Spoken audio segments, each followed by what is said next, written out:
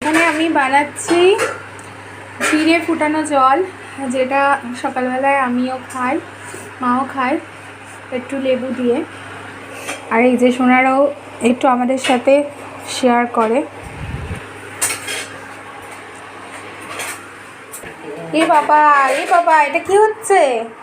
এ কি যত রাজ্যে দুষ্টুমি বুদ্ধি মাথায়, সেগুলো নিয়ে আমি কড়াইতে একটু ধুয়ে আসি।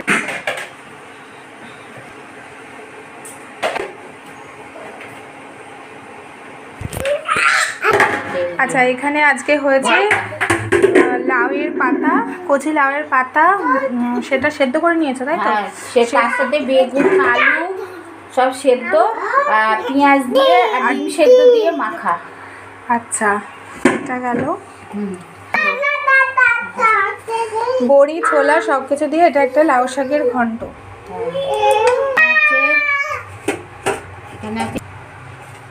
এটা পেঁয়াজ কলি ভাজা।